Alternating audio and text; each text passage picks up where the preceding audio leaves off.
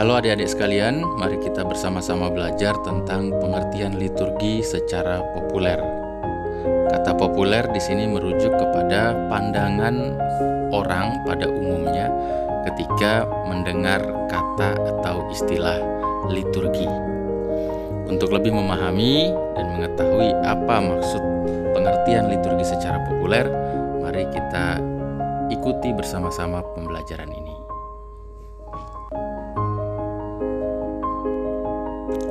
Nah, kebanyakan orang atau mungkin kita ketika mendengar kata liturgi langsung berpikir, oh, liturgi itu tata urutan ibadat atau doa, berkaitan dengan urutan ibadat atau doa.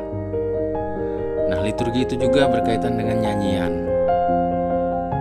peralatan-peralatan, atau cara duduk atau berdiri. Nah, ini berkaitan dengan sikap-sikap berliturgi. Dan ini semua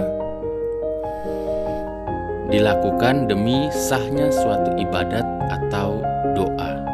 Nah, ini pandangan orang kebanyakan atau orang pada umumnya tentang kata liturgi.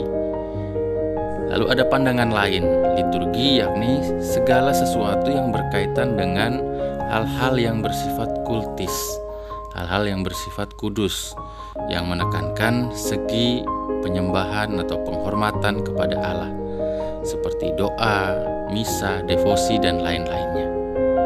Jadi ketika mendengar kata liturgi, orang langsung berpikir, oh ini ibadat, oh ini nyanyian, peralatan-peralatan, cara duduk, cara berdiri. Atau mungkin yang lain berkata bahwa oh liturgi itu berkaitan dengan hal-hal yang kudus, hal-hal yang suci, berkaitan dengan penghormatan kepada Allah, berkaitan dengan doa, misa, devosi, dan lain-lain. Tentu ini semua tidak salah.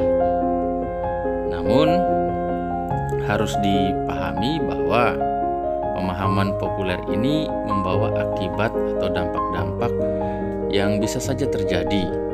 Misalnya, tingkat partisipasi umat dalam perayaan Ekaristi pasif dan kurang bergairah.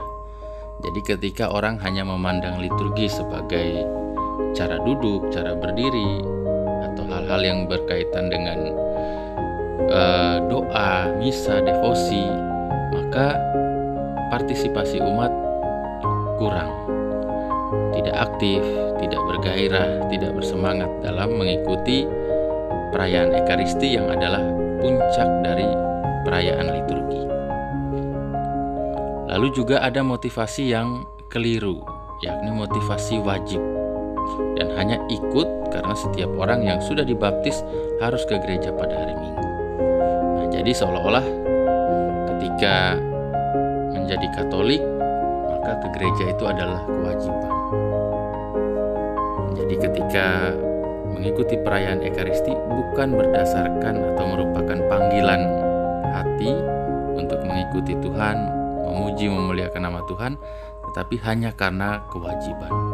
Nah, ini yang berbahaya. Ada juga praktik perayaan liturgi dan kreativitas dalam berliturgi yang tidak sesuai dengan makna liturgi yang sebenarnya.